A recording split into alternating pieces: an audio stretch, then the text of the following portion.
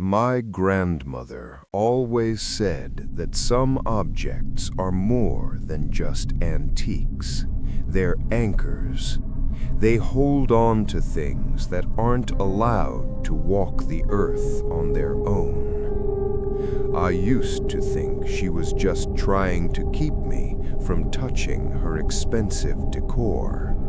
But after I moved into my studio apartment in Seattle and unpacked her final gift to me, I realized that some inheritances are actually sentences. I'm 24, a grad student, and when my grandmother passed away last fall, she left me a small, ornate brass coal flask, an heirloom from the old country. It was beautiful in a haunting way, engraved with swirling patterns that looked almost like trapped smoke. She had always kept it locked in a velvet-lined box and told me never to open it unless I was prepared to see the world as it truly is. At the time, I just thought it was a cool piece of history. The first week in my new place was quiet, too quiet. By the second week, the air in the apartment started to feel thick, like I was breathing through a wet cloth. Then, the 3 a.m. wake-up calls started. Every night, at exactly 3:14 a.m., I would snap awake. My heart would be racing, and my body would be pinned to the mattress by an invisible weight. Sleep paralysis is common for students, sure, but sleep paralysis doesn't usually come with a smell. The room would reek of heavy jasmine and burnt ozone, a scent so cloying it made my eyes water. That's when I saw him. Standing in the corner by my closet was a silhouette. It wasn't just a shadow cast by the streetlights, it was a void. A 7-foot-tall, pitch-black figure that seemed to drink the light around it. It didn't have a face, but I could feel its gaze. It was a cold, predatory pressure that made my skin crawl. On the fourth night, the figure wasn't in the corner anymore. It was standing right at the edge of my bed, looming over me. I lay there, frozen, as a sound began to fill the room. It was a voice, dry and raspy, like dead leaves skittering on pavement. It was whispering my name, but it was doing it in a rhythmic, chanting way, reciting a prayer I recognized from my childhood, but it was saying every single word perfectly in reverse. The sheer terror of it broke my paralysis. I lunged for the lamp, and the room was suddenly empty. But the brass flask on my nightstand was vibrating. I grabbed the flask, my hands shaking. I had to know what was inside. I forced the lid open, expecting old powder. Instead, a small, tightly wound bundle fell out onto my lap. It was a clump of coarse human hair wrapped in iron wire. Tucked inside the hair were jagged, yellowing nymph fingernails and a scrap of old parchment with my name written on it in a dark brownish ink that I knew instinctively was dried blood. My stomach turned.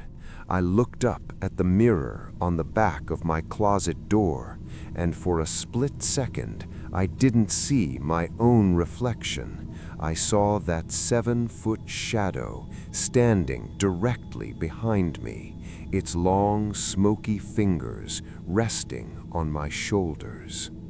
I didn't pack a bag. I didn't grab my laptop.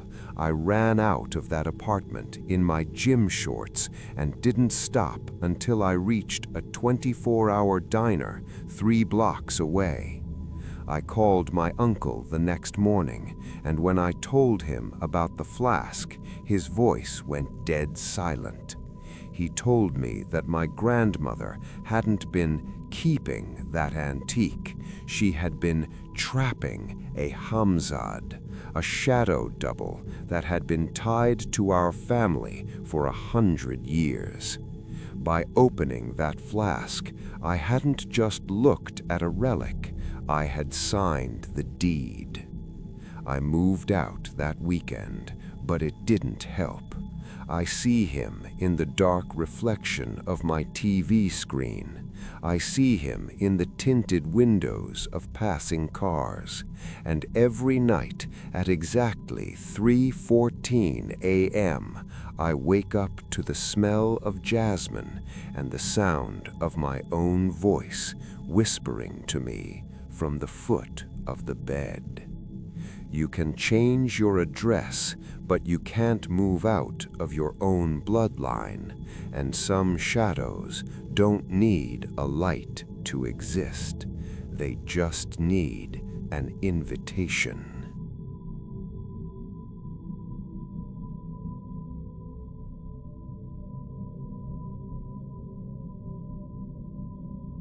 Driving through the Mojave Desert at 3 in the morning is a specific kind of lonely. It's a place where the silence feels heavy, like the darkness is pressing against your windshield, waiting for a crack to let itself in. I was driving from Las Vegas to Los Angeles after a long weekend, pushing my old sedan through the heat, when I saw the headlights of a stalled SUV on the shoulder of the road. I usually mind my own business, but out here, a breakdown can be a death sentence. I pulled over. Standing by the hood was a woman in a pale summer dress.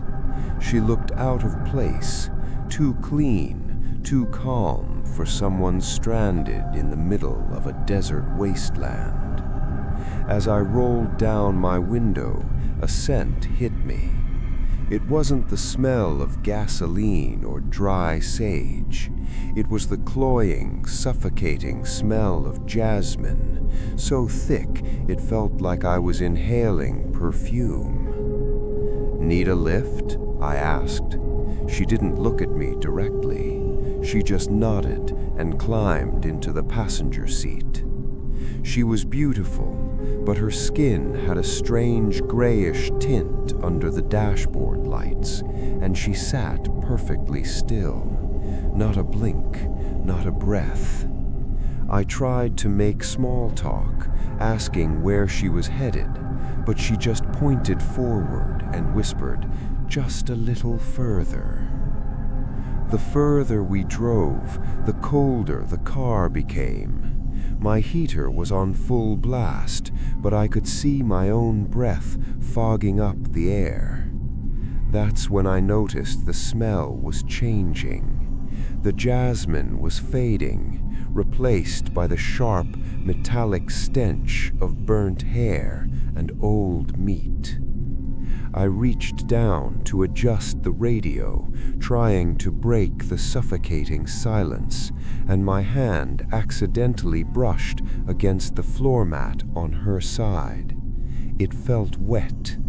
I glanced down, and my heart stopped. She wasn't wearing shoes. Her feet were bare, but they weren't resting on the floor like a normal person's. They were twisted. Her heels were facing the dashboard, and her toes were tucked under the seat, pointing toward the back of the car. It wasn't a deformity. It was as if her legs had been snapped and rotated 180 degrees. The terror hit me like a physical blow. I looked up at her, and she was finally staring at me. Her eyes weren't human. They were solid black pits, reflecting the green glow of my digital clock. Her mouth opened, stretching wider than any human jaw should stretch, revealing rows of small, needle-like teeth. I slammed on the brakes, the car skidding sideways across the empty highway. The passenger door didn't open. She didn't jump out. She simply dissolved. 1 second she was there, and the next the seat was empty. The only proof she had ever been there was the lingering smell of decay and 2 scorched black handprints burned into the leather of my passenger seat. I didn't wait. I floored it, driving 100 miles an hour until I hit the outskirts of Barstow. When I finally worked up the courage to look at the seat again under the gas station lights, I saw something that still keeps me up at night. In the layer of dust on the passenger floorboard, there were footprints, but they weren't leading out of the car. They were pointed toward me, as if she had spent the entire ride standing on the seat behind me, just waiting for me to look in the rear-view mirror. I sold that car the next week. I don't drive through the desert at night anymore, because now I know that out there, in the vast, empty stretches of the West, there are things that look like us, talk like us, but belong to a world that was old before the first road was ever paved.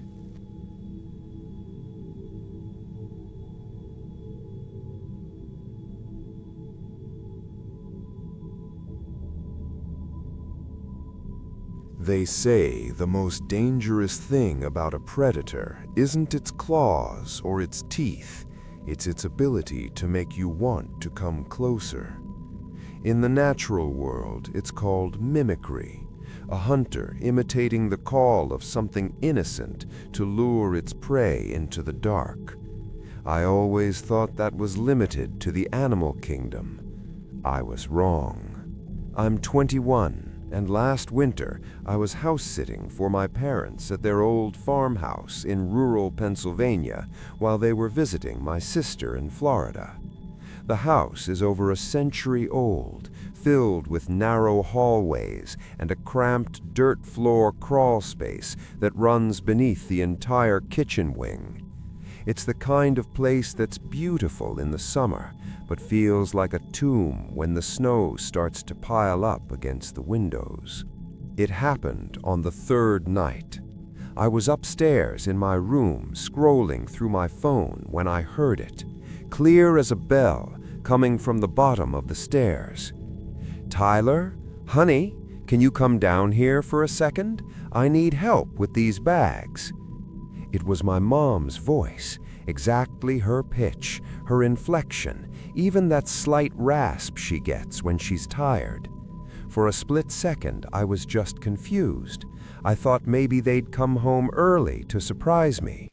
I stood up and walked to the door, calling back, "Mom, you're home?" Silence. I walked to the top of the stairs and looked down into the dark foyer. "Mom?" "In the kitchen, sweetie," the voice called back.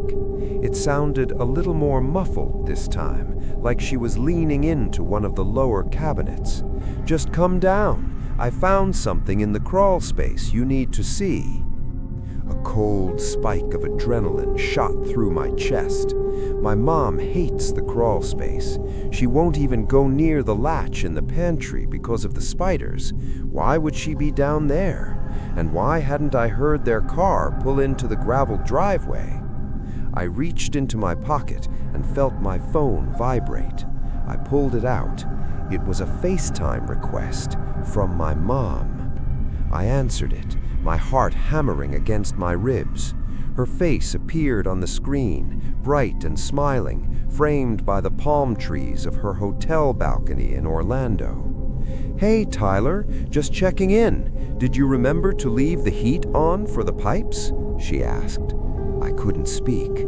I looked at her on the screen, then looked back down into the dark hallway leading to the kitchen. "Mom?" I whispered, my voice shaking. "Where are you exactly?" "I'm at the hotel, honey. Your dad is just getting us some drinks. Why? Is everything okay? You look like you've seen a ghost." At that exact moment, the voice from the kitchen spoke again. It was louder this time, impatient. "Tyler, get down here, now!" My mom on the phone froze. She heard it too. Her smile vanished, replaced by a pure, primal confusion. "Tyler, who was that? Why does that sound like me?" I didn't answer. I backed into my room and locked the door, my eyes fixed on the gap at the bottom of the wood. On the phone, I saw my mom's expression shift from confusion to absolute horror. She wasn't looking at me anymore. She was looking at the background behind me on her screen. "Tyler," she breathed, her voice cracking. "Turn around. There's something under your bed." I didn't turn around. I dove for the window, smashed the glass with my desk chair, and jumped onto the porch roof, sliding down into the snow. I ran to my truck and didn't stop driving until I reached the local sheriff's station. The police searched the house an hour later.